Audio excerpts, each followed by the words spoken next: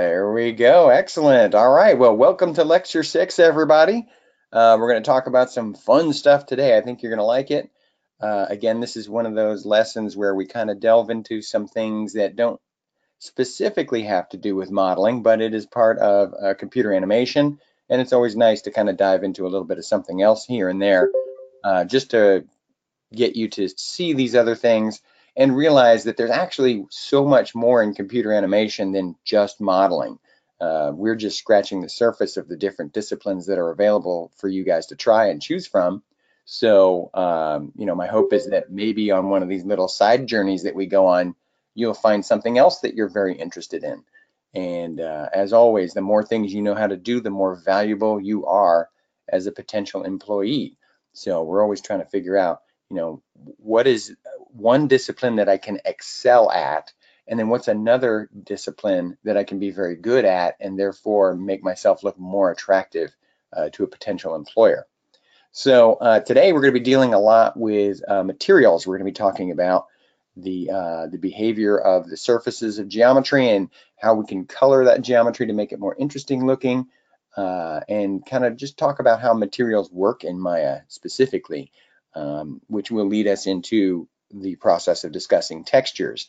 We will also be getting into the use of image planes and how to bring in our own image planes, because I know quite a few of you have already been asking me, oh, I really like modeling with image planes. It makes everything so much easier. But how do I bring in image planes that I want to bring in? And, is it possible for me to draw my own pictures and bring those in? And yes, absolutely. And so we're going to talk about that today. Let's see, Carlos is on board with that. So we're going to be talking about that today. And also the first thing we're going to delve into is a little bit more of our series on working smarter, not necessarily harder. So how do I get to do more work in less time? So we're going to talk about hotkeys and shortcuts and marking menus, as these all help you do your job faster. So that will help you get a little bit more sleep, I hope. All right, so let's delve into today's material. All right.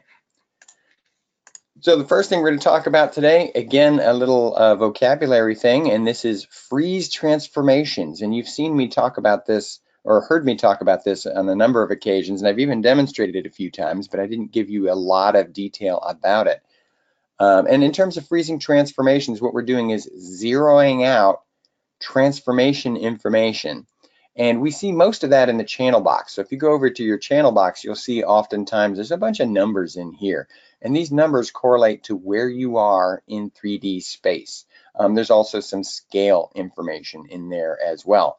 So this information, it's interesting, and it does sort of accumulate kind of like history, but it is not really overly necessary, at least for the modeling phase. Now, it's true when you get into animation, this stuff is critical, because where you are and when you are there, that is animation. But we're not going into that in this particular class. I wish, but we don't touch on that. But during the modeling phase, this information is really, again, sort of that extracurricular, we don't really need it kind of thing. And so periodically we like to clean it up. And we do that by freezing transformations. So much like deleting history, this is something that I do about every 15 minutes or so, just to sort of cleanse my scene, and so I can continue working forward and not have any unusual issues crop up as a result of that.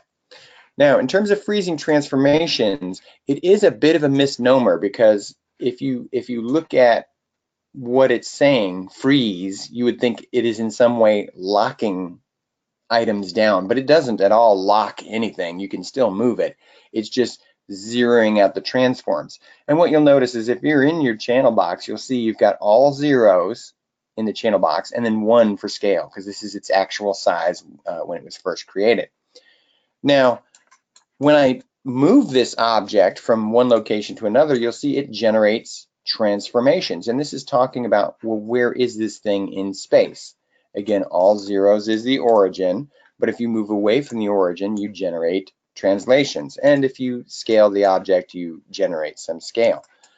Now, we don't always model right at the origin. Sometimes we actually want something in a specific location. So periodically, again, what I will do is I will go to modify and choose freeze transformations. And it's just 2 little clicks. But what that does is it zeroes out the channel box, all the transformations, and it returns scale to 1, as in this is this object's new starting size. This is its home size. And this is its home position. So you'll see it's not locked there because I can still move it and it will generate translation. But if I plug in all zeros now for these values, what you'll notice is this is its new origin. It doesn't go to the origin anymore. This is its home position. I've said that this is where it belongs. So it sort of saves that. And the process of freezing transformations is a history related component. So I would then have to make sure that I edit delete by type history to clear up the fact that I just did that. All right. Now, does that make sense in terms of what I did and why? Freezing transformations? Okay, great. And again, this is something that I do, again, every 15 minutes or so while I am working. And it just takes a few clicks. And obviously, because this is something we taught you, this is something we're looking for. So when you're looking at your week 2 turn-in, things that you're going to notice is freezing transformations. Did you freeze your transformations? You will also see, did you delete your history? So just try to remember, that's what those things are. That's what they mean, and that those are the things we're grading on. So make sure you get those things done to get the best possible grade. And it's really not overly complicated, so I know you can do it. Why would you want to do that? Well, again, I'm just sort of getting rid of information I don't really need, because when these values are generated on the geometry, this is just something else that Maya has to remember, which again, I'm just adding to the workload for Maya. Also, in terms of these transformations, sometimes, let's say, for example, I want to place an object on top of another object. And I take a lot of time to make sure I've lined it up right exactly where I want it. And I go over here and I line it up, and it's looking exactly, that's perfect. That's where I'd like that object to be. Well, now I can freeze the transformations, and now this is its home position. So if I move that and I have to work on this cube or something, or I move it around and I do something with it, I can get these objects back exactly where they were before because I froze the transformations and zeroed all that stuff out. And like I said, when it starts getting into animation, again, starting everything at 0 is actually a lot easier math for Maya to do in terms of the calculation of movement from position A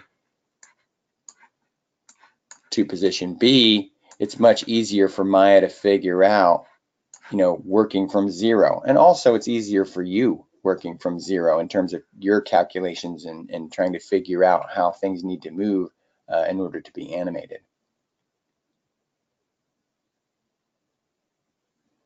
Yeah, exactly. You don't want to memorize the coordinates. That's horrible. So it's really nice when you can kind of zero things out, because it's much easier to work from 0. Does that make sense? All right. This is how we do it. All right.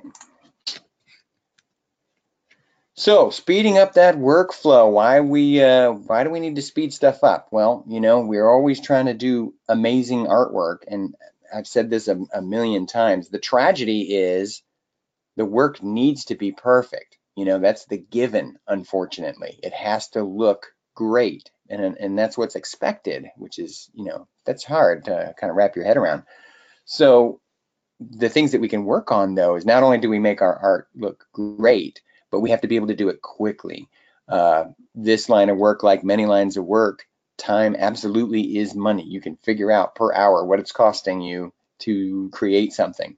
So we're always trying to find ways to work smarter, not harder. And one of the things that we could do is use hotkeys in order to accomplish that.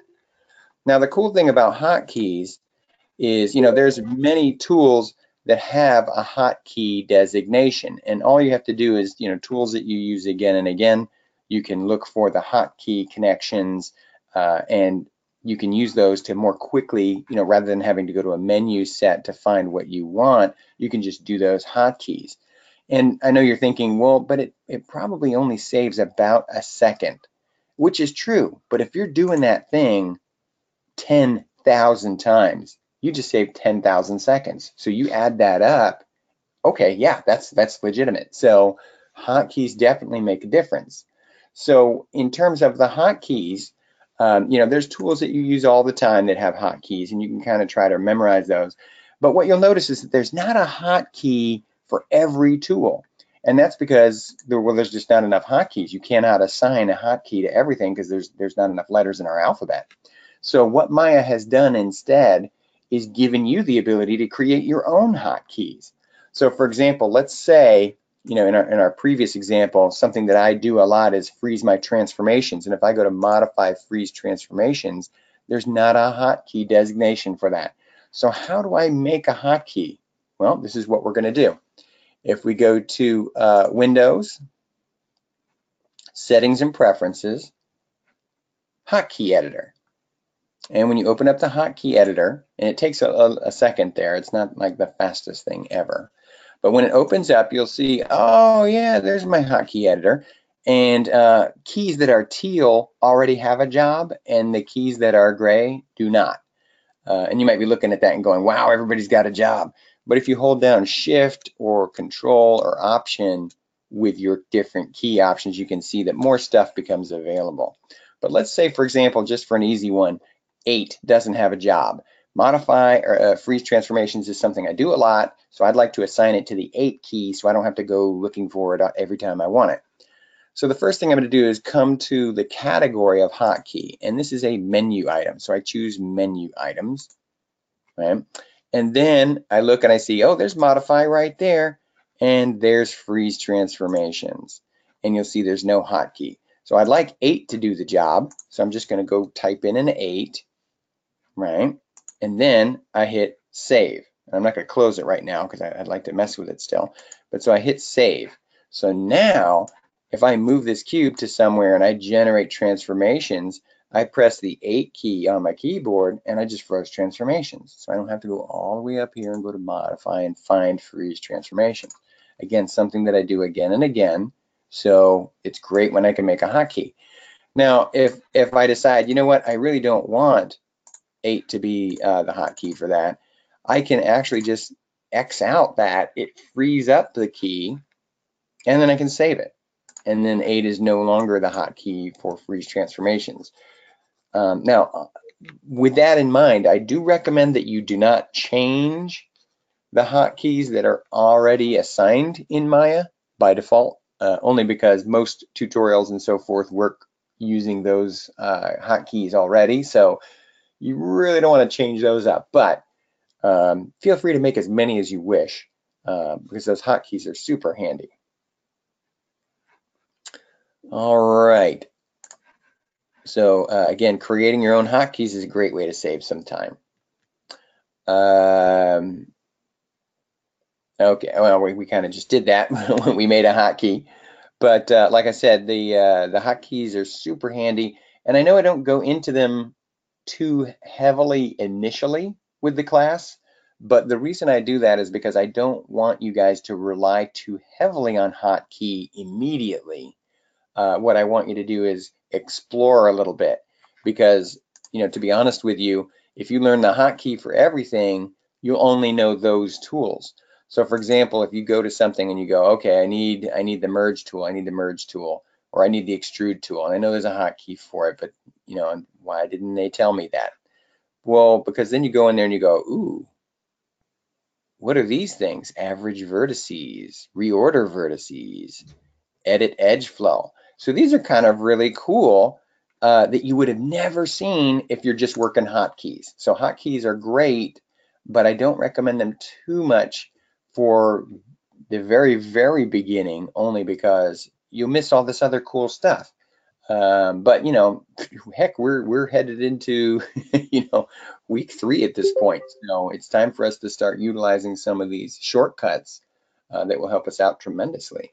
So again, super handy, and that's why we do them.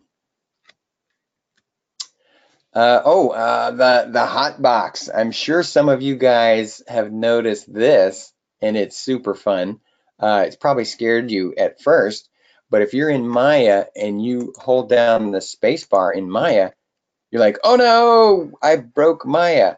But you didn't break Maya. What you did was you activated what we call the hot box. And what's great about the hot box is it appears wherever your cursor is, so it's not like you got to go find it. And what's great about it is all of your menu items are here. So everything that's up here is here. And what's really handy about it is if I want to go into a different discipline, like say animation, I got to come up to the status line, switch it to animation to get the new animation controls. But if I have the space bar down here, whoa, look at here's all my animation controls right here. I don't have to go looking for them. So it just gives you everything that Maya can do super fast. So that hotbox is a super handy way, again, to save some time and get you away from this area up here, which can be a bit of a drain time-wise. So hotbox, also a great tool to add to your arsenal of time-cutting or time-saving activity. Marking menus are much the same thing.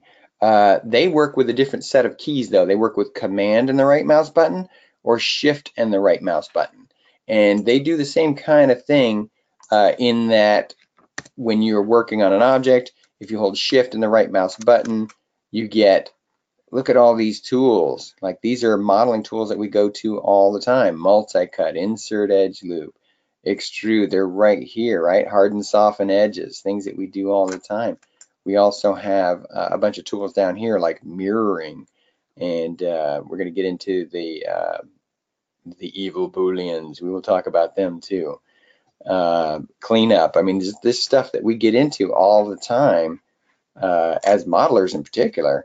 All of that stuff is in conjunction with the right mouse button and the Shift key. And if you hold down the right mouse button and the Command key, you know, this is where we can get into some really cool selection options to where we can get to other things to help us speed up our selection, which we're always trying to do because that's very tedious sometimes. So it's super handy to use these marking menus. So make sure you're making good use of those guys because they do all kinds of really cool stuff. And I encourage you very, very strongly that you use them because I can't even tell you how much time it will save you in terms of your workflow. So please do try to incorporate that stuff. It will be well worth it in the long run in terms of the efficiency with which you will be able to create assets. So make sure you're getting on that stuff because it is super fun. All right, any questions about the hotkeys or about the marking menus, or does that make sense? Save time, work faster, get it done. Because typically you have a lot of things to work on and you can't really kind of just sit on stuff. You really got to get in there, get it done, and get to the next thing. Why are they called marking menus? You know, that's a good question because marking menu doesn't really say to me shortcut to tools, but I would assume that it in a different culture, marking menu is something. You know what I mean? Like, for example, if you go to England, they call a line a queue. So if you get to like a rendering queue in Maya, you're like, oh, okay, rendering queue. What the heck does that have to do with being in line? Okay, I'm waiting for my render. You know, these other renders are going first. But in another culture, in another language, queue actually has a functional name that makes sense. So as the planet grows smaller through our use of applications, we are all learning each other's terminology. And pretty soon you guys will have marking menu in your lexicon and you won't even realize it. So yeah, I'm not sure what the origin of marking menu. That's interesting though. I'm going to look that one up and see if I can find out. My wife is British, and half the time I do not understand her. Yes, no, I know what you mean. I went to school with a bunch of guys from England, and they definitely had their own way of talking it sometimes. But that's all right. That's what makes the world interesting. You know, if we all said the same thing all the time, it would be really boring. All right, so let's get on to what Carlos is the most excited about, image planes. Now, image planes are such a huge help because we're actually able to model super fast. We're able to get shape and form in a second, and you know, the images they just speed everything up. And so, what we need to do is we need to figure out how we can bring image planes into Maya and be able to build our own things with it. But first, we have to talk a little bit about what makes a good or a better image plane, because there's actually a difference. Some image planes don't necessarily help you do your job, but some really do. Now, in terms of our world, we take a 2D image and put it into 3D all the time, and we do that with a blueprint. And I know you guys have seen blueprints for things before, and a blueprint is basically a 2D representation of something that will be in 3D eventually. So what makes a really good blueprint is what actually makes a really good image plane. So what you're going to want to do is look for images that have nice flat uh, side views and rear views and front views and top views. And the more sort of flat that view is, the better it's going to be in terms of helping you to line these things up and build these things in the computer. And it's true, a three-quarter view looks more interesting, but it does not quite help you as much with the modeling, with proportion and scale particularly. But in terms of the image plane, sometimes a three-quarter is helpful because it will help you see how parts come together. So they do and they can communicate information to you, but they're not necessarily the best for the overall modeling of an object. Now, does that mean that you're always going to find perfect side views, front views, top views? I mean, this was designed to be brought into an application so that you could model it because it's so well laid out. But the truth of the matter is, no, you're not. You know, in many instances, the image plane you have to work with is not ideal, and that's what makes your job harder as an artist. But your job is still to take a look at a 2D object and build it in 3D with as close to perfection as you can. So even though the image plane may not be ideal, you still have to find a way to make it work. But that's why I always recommend trying to find, you know, keep searching, don't give up, find every image you can, because it can make a difference. If you can find ones that are more sort of flat, it's going to work way better for you in terms of the modeling process. But as I said, you are still, as the artist, you are still responsible for building whatever it is you've been assigned to build. So whether your reference is good or bad, it's still on you. So make sure you, again, try to find the best image plane you can. Now, in terms of the little exercise for this, because we're going to do a little practice together so you guys can see it, this is the process for bringing in image planes. Now, in terms of the image planes, do any of you guys or have any of you guys noticed where the images are stored for any project? Have you guys noticed that? Where do we put the image planes for the images that we bring in? They do end up on the grid, absolutely. But in terms of your Maya file, where do we put them? Have you guys noticed?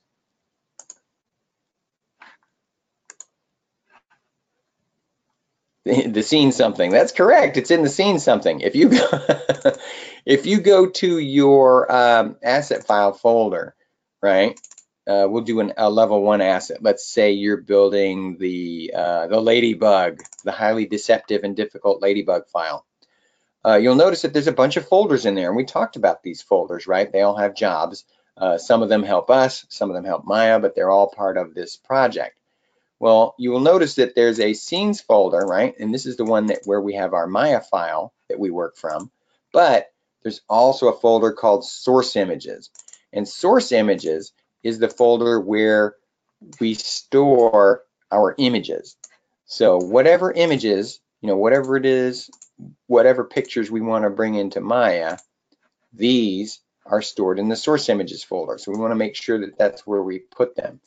So when we decide to build an object, the first thing we'll do is create a project using our project window. And I know you guys remember this because we did it day one.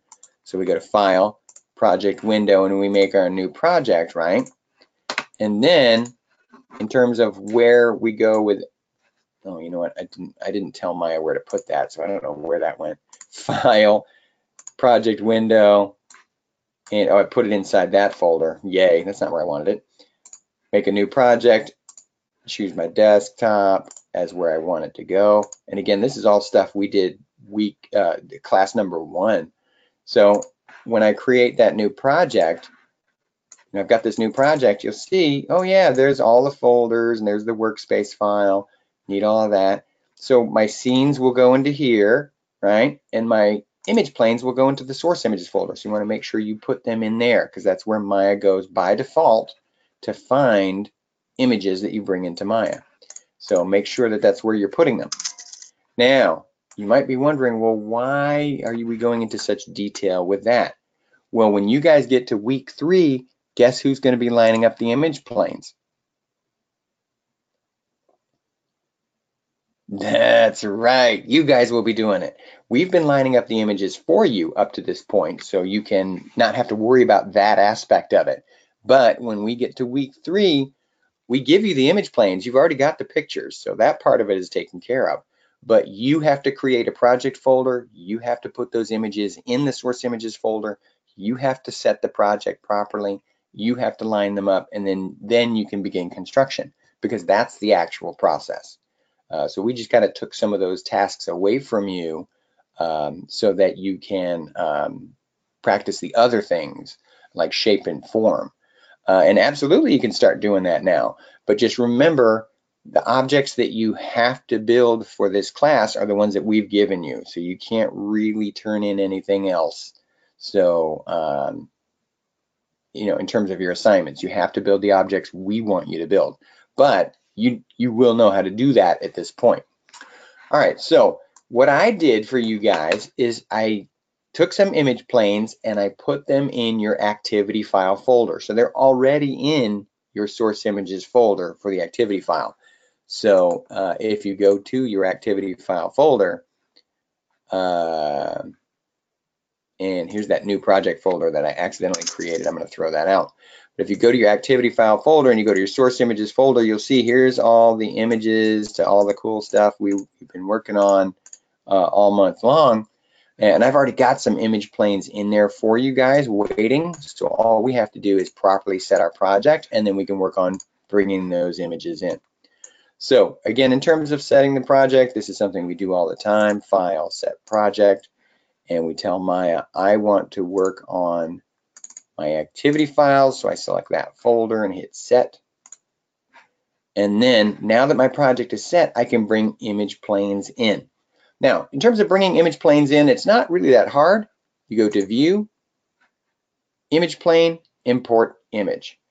That's simple. View, Image Plane, Import Image. And then it goes right to the source images folder because I set my project, right? So it says, well, which one do you want? And you can select your image and then you hit Open. And that literally brings the picture right in. Now, in terms of the image, do you think it would be easy for me to model using this particular image the way it is set up right now? No, this is really hard, right? Because we're basically using this image and we're tracing it with a polygon. But the issue is when I move my camera, things don't line up anymore. And if you've ever traced anything in your life, you don't have to admit to it now, but if you've ever traced anything in your life, you know that the key is you've got to tape stuff down. If things move, you can't trace, right? That doesn't work. And that's because I brought my image plane into my perspective camera. So when you bring an image plane into Maya, it's literally attached to the camera. So wherever the camera looks, the picture goes. And that's why it seems like it's locked right there. So what you want to do is instead of bringing your image planes into your perspective view, you want to bring it into the view of whatever the image itself is. So for example, if I have a side view image, which camera would you like to bring it into, do you think, offhand? And this isn't a particular activity, David. We just have it set to the activity file folder so it can find the picture. And yes, the answer is you want to make sure you set it to the side view camera. So if you go to your side view camera and you go to View, Image Plane, Import Image, and then you choose your side view image and you hit Open, now the image is in there. And now it's locked down. So that's going to actually help us model. And so what I'm going to do is, in terms of aligning this image, because I don't want to just leave it, sort of floating in the middle right here, this thick black line represents the surface of the world we're building. This thick black line here is basically the grid. So, and this thick black line represents sort of the middle of the world we're building. So what I'm going to do is I'm going to move this image so that it looks like, its little toes are right on the edge of the ground. It's standing on the ground. And if I look at it in my perspective view, I will see, my robot looks like it's standing there, right? All right. Now, if I go to my front view, obviously this is where I'm going to bring my front view image. So process is the same. View, Image Plane, Import Image. And here I'm going to get my front view image, mech front, and bring that in. And again, I want to do the same thing. I want to raise my character up and then place him so his little toes are right on the ground. And in terms of my model, I'm going to try to divide him as close to in half as I can. And, because we have a lot of tools that work off of symmetry and that kind of thing. So I want to make sure that I line him up. And I'm just using this little circle in the middle to help me figure out roughly where the middle is for my robot. And then when I go to my perspective view, you can see, here's where they crisscross in the middle. And and yes, you could freeze your transformations, absolutely.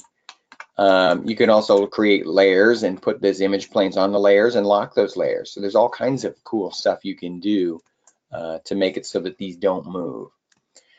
Now, in terms of these images, what we have to do now is make sure they line up properly. And that's why we crisscross them in the middle. And you can see right here, here's part of my front view, and here's my side view. And it looks like they're not lining up. So what I'm going to want to do is make sure that when I line these images up, it looks like a continuation. One line blends right to the other. So I'm going to try really hard to line those up really well. And I still want, my toes on the ground. I want things to kind of line up in all views. And the reason I want to do that is I want to make sure that everything is proportionally lining up. And so I can, for example, if you look at the curvature of this part here, I can back this image up a little bit and make sure that that curvature is matching. And this little detail here should match up with that round detail there, which if I back it up, I can see, yeah, that looks like it's in alignment. Everything is lining up pretty well. So this is lined up. Now, in terms of the adjustments you might have to make, you might have to, rotate the image to line it up. You might need to scale the images to make them line up. Again, these images were made to go together, so they're going to line up pretty well. So make sure that you do your best to line them up. Again, these go together really well, so it's not as hard, but it is important that you make sure that everything crisscrosses and looks great in your perspective view so that you know that everything's going to model well. Because if these things don't line up well, you're going to be halfway through your model and realize, oh shoot, this is not right. Why are these pieces not going together? And it's because the proportions are off. So it is well worth it to spend your time aligning this stuff, because the more time you spend making sure this is looking good, the faster the actual modeling will go, because it will slow it down if it's not lined up. All right.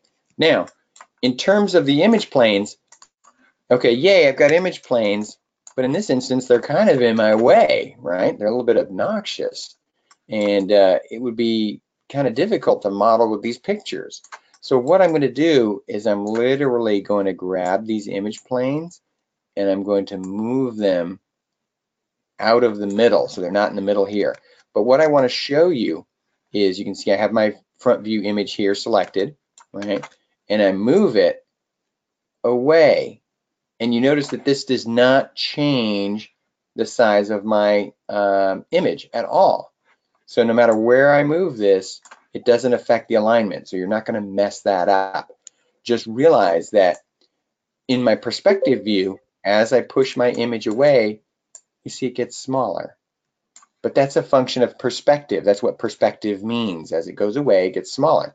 This is an orthographic view. They do not incorporate perspective. Therefore, this will not change size as it moves away from me. So this is another little added bonus of an orthographic view. So what I try to do is take these images and just move them off the grid. Now, in terms of their placement, I like the grid on top of the image, so I will push it in this way. But what you'll notice is if I bring my image this way, now the image is on top of the grid, basically this line here. So it's blocking my geometry, and I can't see the grid, which sometimes I use for alignment purposes. So what I'll do is I push it to where I can see the grid in front. And again, I can do the same thing with my side view, push that all the way back, because in truth, these are the two views I really model in for the most part in terms of proportion and scale. I don't really need image planes up here, so literally after I push them out of place, I can go to my show menu and just uncheck image planes, and then you can't see them here anyway.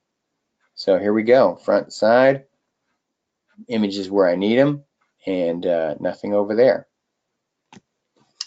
And Dennis is asking, is there a bottom view? No, but you can make a camera anytime you want, and take that camera and I'll show you panels, orthographic. So you can make a new one and create a camera if you need it. So that's another cool thing that we can do. All right, so again, line those image planes up and then you're ready to go. And you can build this really cool thing. And incidentally, in case any of you guys were curious, this is actually a Lego character. So kind of in theme with our class. And I actually had one student even build it. It was kind of cute. But this is all made from Lego pieces and they were able to build it. So feel free if you want to. You can't turn it in for an assignment, but if you just want to build stuff because you like to build stuff, by all means, belt it out. All right, so image planes are super cool. We get it now? We understand the whole, oh yeah, and 3D print it, sure. We get the whole purpose and process of image planes, great. All right, cool. And again, feel free to watch these videos again and again if you need to help understand them. And as always, I recommend very highly, take notes while you're watching it. It makes such a huge difference in terms of your retention. If you're just kind of watching, you end up having to back it up, play, scrub. Where did he say that? Because there's some instances where I say something one time only, and you don't want to scrub through 2 hours of babble to find the one thing you want. So always a good idea to just kind of take notes because it can help you figure out where stuff is, if nothing else. All right, so let's get into materials. All right, now materials and shaders. In Maya, well, let's look at it this way. In our world, we think of materials as in their physical properties. When we make things, we make them out of wood, we make them out of metal, we make them out of plastic. And we kind of think of, well, how do they bend? What tools do we use on them? That kind of thing. In Maya, things don't really have physicality unless we apply dynamics to them. So in terms of materials, Maya really thinks of materials with regard to how they behave with light. And what that means is sometimes light goes partially through an object. Sometimes light goes completely through an object. Sometimes light gets bent by the material it's going through. Sometimes it bounces off. To what depth does it penetrate the material before it reflects, and what angle does it reflect from? Highlights, color, all that information is part of light and its behavior, and how it reacts towards light. And that's how Maya views materials and shaders. So in terms of the materials, when you open up Maya, everything, or where the materials are housed, everything is housed in what we call the hypershade. And the hypershade basically holds all the materials that are in your current scene, and you can make new materials for whatever sort of object that you wanted to add a material or a surface to. Now, when you first open Maya, there's 3 materials in there by default. Lambert number 1, a shader glow shader, and a particle shader. And these guys are all designed, or they're sort of the default materials, and we don't really mess with those. And you'll notice that everything we've built has kind of got this dull gray, chalky kind of surface on it, and that is Lambert number 1. And again, the default material shader. Now, in Maya, we can make as many different shaders as we want, and they do all kinds of really cool stuff. But what I want you to realize is we don't really mess with the attributes of the defaults. We leave those guys alone. If we want to play with stuff, we make new stuff, and then we play with that. So it's pretty simple and pretty fun. All right, let me show you the process just so you can see how it goes down. So I'm going to make a new scene. All right, and if I create an object, all right, let's say, and you can see it's sort of a dull, chalky kind of material, and this is again made of Lambert number 1, the default material in Maya, and it's not very exciting to look at, very dull and boring, but we can actually color this material or this object by making new materials and coloring them. So if you go to Windows, Rendering Editor's Hypershade, this is where we get to the hypershade, right? And again, this is the window in Maya that houses all of the materials in any given scene. And I like to think of the hypershade as like a big box of crayons, because basically whatever colors you want, they're in here. You just have to make them, which is even cooler than buying a box, because you don't have to, feel jealous of the kid who's got the 64 pack when you got the 8 pack, because you can make as many crayons as you want. So here we are in the hypershade. And you can see here are our default materials, Lambert 1, particle shader, and the shader glow shader. And again, we don't mess with those guys. What we want to do is go to the Create tab, and we can make a new material. So the way we do that is literally we just have to click on it to make one. And in this class, we only use Lamberts. So we're going to go right to Lambert and click on it, and it makes a new Lambert. So what I will do right away is then go to my attribute editor, and attributes, you could say somebody's smart, somebody's tall, somebody has blue hair, these are all attributes of a person. Well, we're going to go to the attributes of this material. So while it's selected, I go to the attribute editor, which you can either click on this icon here on Maya, or you might have the attribute editor on a little tab on the side. Either one, it doesn't matter. And you can see we've got Lambert number 2. So the first thing I'm going to do, as the first thing we always do, is we name our materials. So I'm going to call this my blue material. So now this is going to be my blue material. It's not blue yet, but I'm going to change it. So here are the attributes for my blue material. And you'll see right up here at the top, color right away. So I click on this with my left mouse button, and this gives me my color history.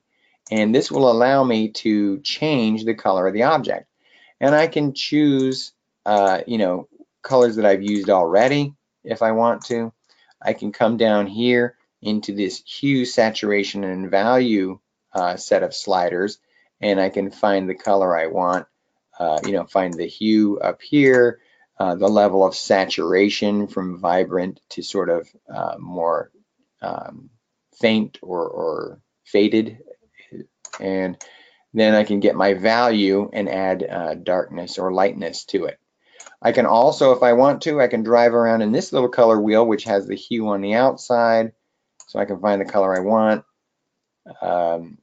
You know, move into the tint or the value that I want, and the level of saturation as well. So there's a lot of different ways, and you can switch it to RGB if you want to use that color space as well. So very easy to kind of find the color you want. And so now that I've made this crayon, this special material, and it's the color I want, then all I have to do is assign it to this object, because right now this object is still made of Lambert number 1. Now there's a lot of ways to do this. Probably the most simple is to hold down your middle mouse button, which gives you the green plus of power, and we saw that when we were in the hypergraph hierarchy last class. Hold down the middle mouse button, drag it over, just let go. Boom. Now this object is made of that material. So now it actually has that color. And then I have the ability to, if I want to, change that material. And typically it updates over here as well. Let me see if I drop it back on there, what it does. Normally the material adjusts as well. So middle mouse button drag, and that will allow you to make the adjustment to the material. Now, another way to assign, if you want to, is select the object. And let's say I want to make it made out of Lambert number 1 again. Select the object, hold down your right mouse button over the material, and choose assign. Assign. Here we go. Ready? Assign. You nut. Assign to selection. So there we go. Now it assigned this material to what I had selected. So, but the blue looks better, so I'm going to drop that on there. Now I could have several objects, right? And then I can make as many objects as I want to be made out of this groovy blue material that I've created. But just realize that everything that's made of that material, when and if you make a change to its color, again, I need to restart Maya, but the materials will all change. So you got to be cognizant of that. In terms of other fun stuff, we have transparency. You know, these are other fun attributes, and you can kind of see how the material becomes transparent, so that if you apply it to an object, you can somewhat see through it, which is kind of cool. So there's a lot of fun little attributes that you can play with in terms of the behavior of the material. And I didn't copy the Lambert. All I did was assign this same material to different objects. So if I create a new object, here's my object. I want it to be made of this material. Just middle mouse button, drag and drop it on there. Or I can select the object, hold down the right mouse button, and choose Assign Material to Selection, and it will assign it to that. Oh, in terms of making a new Lambert. Oh, okay. Yeah, that's super easy. Let me just get my Hypershade out because I don't like it as part of my main interface. All I had to do is go to the Create section of the Hypershade and then scroll down and make a new Lambert. You'll see Lambert is in there as an option. So, yeah, you just click on it and it makes it. All right. Now, here's what we're going to do, because this is our, oh, the other thing I wanted to show you was assigning material to part of an object. So let's say, for example, I wanted the top of this cube, one face, to be a different color. Well, what I can do is I can make a new material, right? And again, this is how we do that. This is how we do it. We go to the Create section of the Hypershade, click Lambert to make another one, because again, we work in Lamberts in this class. And I'm going to name this my orange material, right? And I'm going to change its color.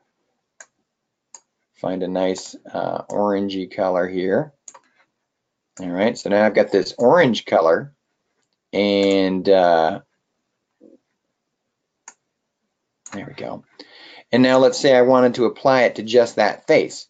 Well, I could select just this face up here, and then with my cursor over the material, hold down the right mouse button, Assign Material to Selection, and it's literally going to assign the orange material to just that face.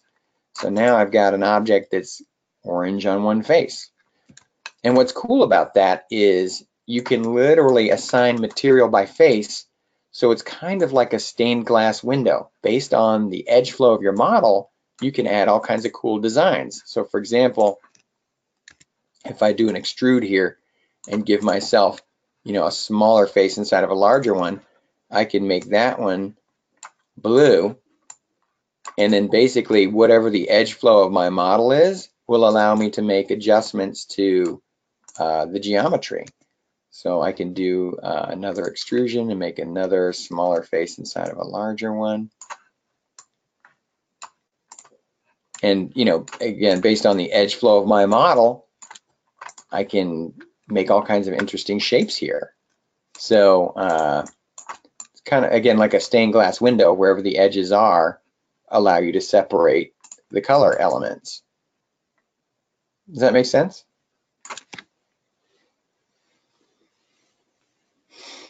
Okay, cool. All right, so this is what I want to have you guys try. Just give it a shot. Just create a cube, and then I want you to make 2 materials in the Hypershade. You can do whatever you want with them in terms of the colors. It's entirely up to you. And what I'd like to see or have you confirm for me that you can do is the fact that you can apply a color to an object in its entirety, assigning color by object, and you can assign to a specific face so that you can have 2 colors on the same object. All right, and again, all we're doing here is coloring the material. We're not, this isn't texturing, and I don't want you to confuse this with texturing, but when we get into talking about texturing, we will be manipulating materials, and that's why we delve into this as well, because this is sort of a precursor. So you're going to go to Windows, Rendering Editors, Hypershade. And just assign by object and then by face. And the reason I'm having you guys do that is because we have this really super fun skill check for you where we are going to color the zombie kill bus. And I know you guys are excited about the zombie kill bus because that thing is a lot of fun to play with. And yeah, I think honestly, this is like the student's favorite assignment, color the zombie kill bus. So in terms of what you can do for coloring the zombie kill bus, I'll show you an example. Let's go to lecture 6. I got a couple of really cool examples. Here's the zombie kill bus from the hippie town, I guess. So that's pretty cool. Somebody colored that up nicely, and you can see they use the multi-cut tool to create some new shapes in the edge flow of the model so that they could color where they wanted to. So that was a pretty fun design somebody did. Here's another one that somebody did, which I thought was really very cool. It looks like an angry video game character of some kind. So that one was pretty neat. And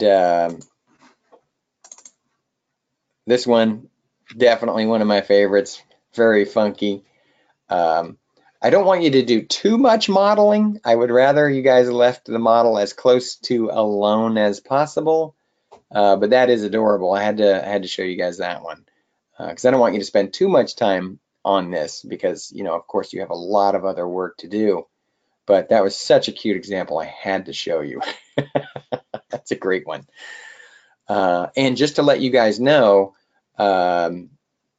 your discussion for next week is you're going to post your zombie kill bus. So make sure you make a fun one because you're going to be posting it and all your classmates will be able to see. You can show off your fun work. And that's always a great one for me too because I love to see what you guys come up with. It's sort of a wide open assignment so you guys can be really creative and just do whatever you want to really. So that's kind of fun. So make sure you color up your zombie kill bus. And as a personal suggestion, I highly recommend you either take apart your hierarchy first and then try to color things, or as an option, just open the zombie kill bus file, the hierarchy project file, brand new before you put the hierarchy in there, color that, and then put the hierarchy on it if you want it to move. But you don't have to, it doesn't have to function for the coloring portion. It does have to function for the lecture 5. So lecture 5 skill check, it does have to move properly, but the lecture 6 skill check, it just has to be colored. So, and it's much easier without the hierarchy in place. All right, so have fun with that. It's super, super fun. Like I said, that's one of those assignments that everybody loves. And just before we go, because that's actually all we need to talk about today, I wanted to make sure that everybody had a good look at the self-grade document for week 2. And again, we use the same document for all 4 weeks. So you just have to click on week 2 and take a look, and you'll see, you know, there's some new stuff in there. Yeah, we got form and silhouette. We know those. That's, you know, does it look right? We know, is it built in parts? You know, looking at the real object, is our object built in the number of parts, is the same number of parts? Edge looping and topology. Again, do the edges look neat and clean, or are they messy and twisted and all over the place? Now we've got some technical things in here that we've not done before, or, grouped under professionalism. Freezing transformations, which we talked about today. Modify, freeze transformations. So make sure you clean up your geometry when you're all done before you turn it in, because it's worth a fair number of points. So make sure that you do that. Deleting the history. Again, we talked about that. Edit, delete by type history. Clears out all that extraneous information. Make sure you do that. Some of the things, again, we get back to things that we've been doing all along, like layers. You know, not a big deal. We create layers, we put stuff on layers, and the layers have to be named and they have to work. Okay, so I can't have a layer that's not named, and I can't have a layer that when I click the visibility, things don't disappear. And then ultimately, when you click the visibility of every object, everything should disappear. There should be nothing visible on the screen. So make sure all those layers work and there's something on those layers. And no, deleting history is on an object by object part. So if you have to select the whole thing to delete the history on it. Asset named.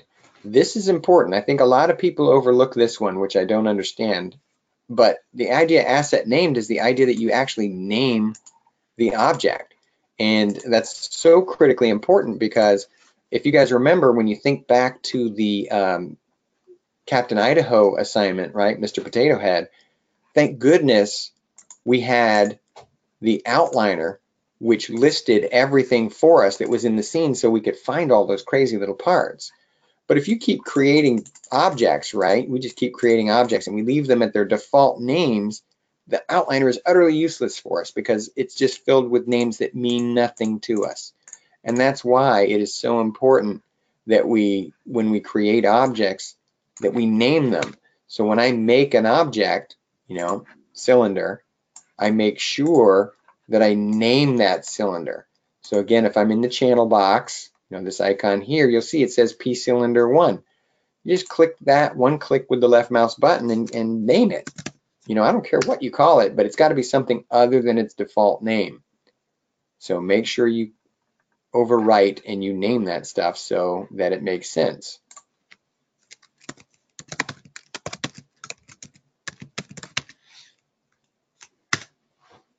So make sure there's a name in there and it makes sense.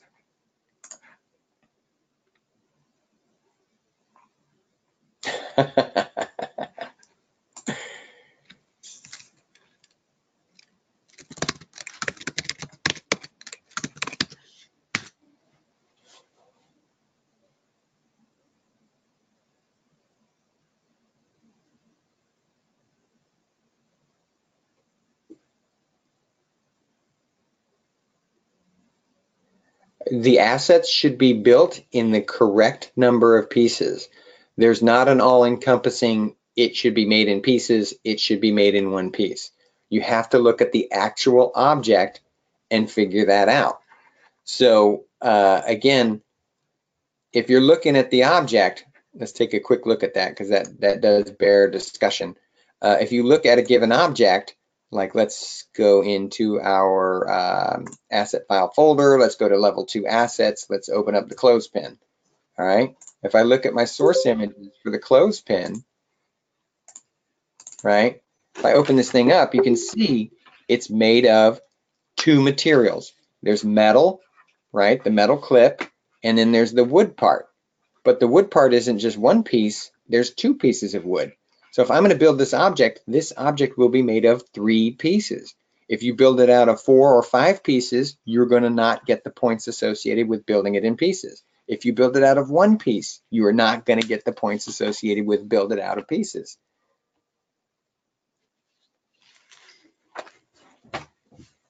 So make sure you build it out of the correct number of pieces. That's the key. Does that make sense? Because there is correct.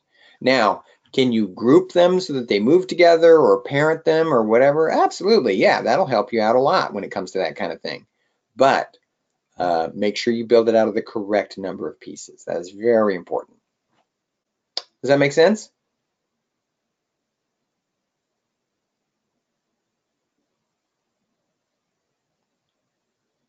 Okay, great. Now that we've established that, okay, so now I know things are made of different number of pieces and I have to make it out of the right number of pieces. So how do I figure out how many pieces to make something out of? Well, guess what? We made you guys a document that tells you how many pieces each thing is made of. So if you're like, gee, I don't know how many pieces to make it out of, we did it for you, so don't worry about it. Go find the modeling parts guideline, and that tells you on an object by object basis how many pieces something is made of. So you really can't miss. But if you don't use that document, yeah, you could totally whiff that. So make sure you're checking that document. And you and I both know where that document is, right?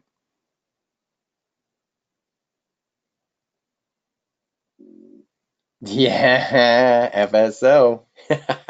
Good for you guys. So it's there.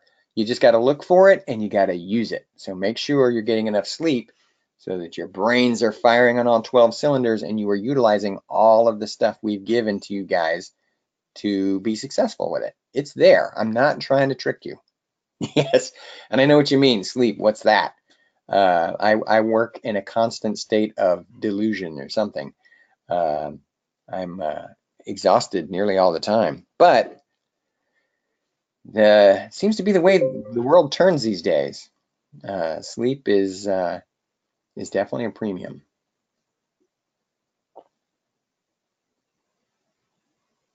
And absolutely, because we talked about that, right? We talked about how many materials is it made of. If you had to actually build it like it's built. That's how you do it. Um, does it move? Can it be animated? That's why we talked about that stuff, because those are all hints. But again, we gave you that document just in case, none of that made it in and you're not sure how to determine how many pieces to make it out of. We gave you a list. So just follow that and you will be fine.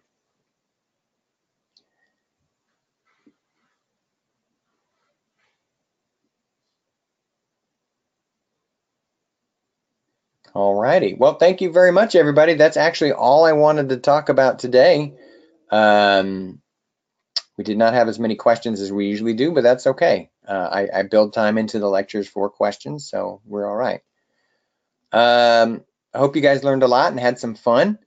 Get this work done. I cannot impress upon you enough how little time you have. These level 2 assets take much longer than you think. Get started on them if you have not already. Even this is late to start working on that stuff. So get at it, get working. Come to the Google Hangouts if you need some help. We are here. You can get all kinds of feedback and suggestions and some hints on how to go about stuff.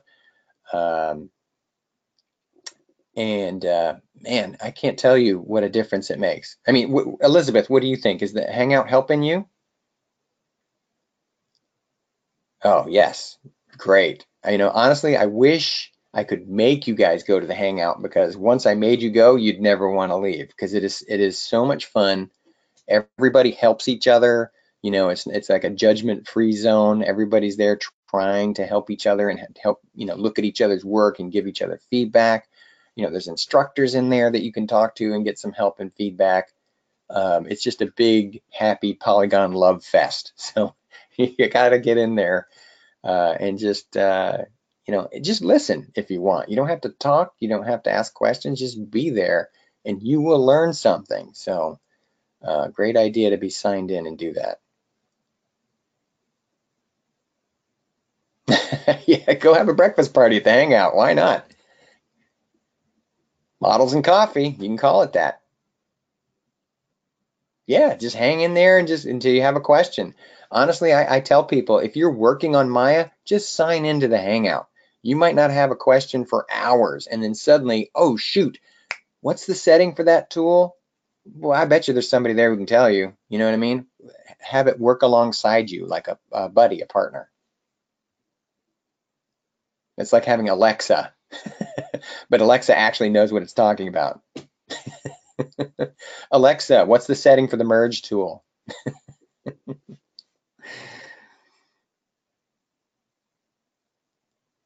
Alrighty, guys. Well, I'll let you go. Enjoy your Saturday. Get some work done. I'm looking forward to seeing your colored zombie kill buses, and it's going to be fun. Whew, the weeks are going by fast, man. It'll be week 3 when we talk again. Crazy, right? Alrighty, guys. Enjoy your Saturday. I will see you later, and hope to catch you at a Google Hangout. Take it easy, my friends. Model, model, model, model, model.